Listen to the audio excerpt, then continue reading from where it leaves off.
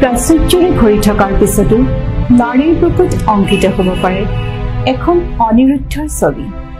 আছেনে এনে কোনো দুৰ্ভগীয়া নাৰী যিয়ে নিজে তুলি টানি ডাঙৰ দীঘল কৰা সন্তানৰ প্ৰতি সন্দিহান হৈ পৰে জন্ম বৃত্তান্ত বিচাৰি?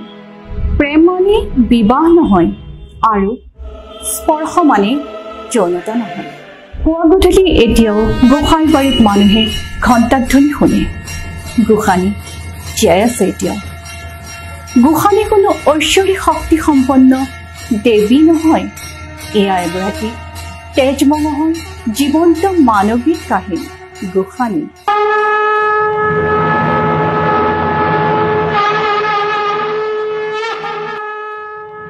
অতীতৰ অসমীয়া সমাজখনক চকুৰ আগলৈ আনি মই গোসাঁনীৰ গ্ৰন্থখন লিখিবলৈ সাহস কৰিছোঁ, য'ত এটা সময়ত আছিল নাৰীৰ শিক্ষাৰ প্ৰতিবন্ধকতা, বাল্য বিবাহ।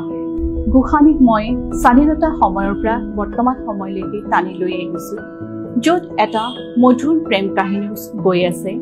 গোসাঁনী এগৰাকী জীৱন্ত নাৰীৰ কাহিনী।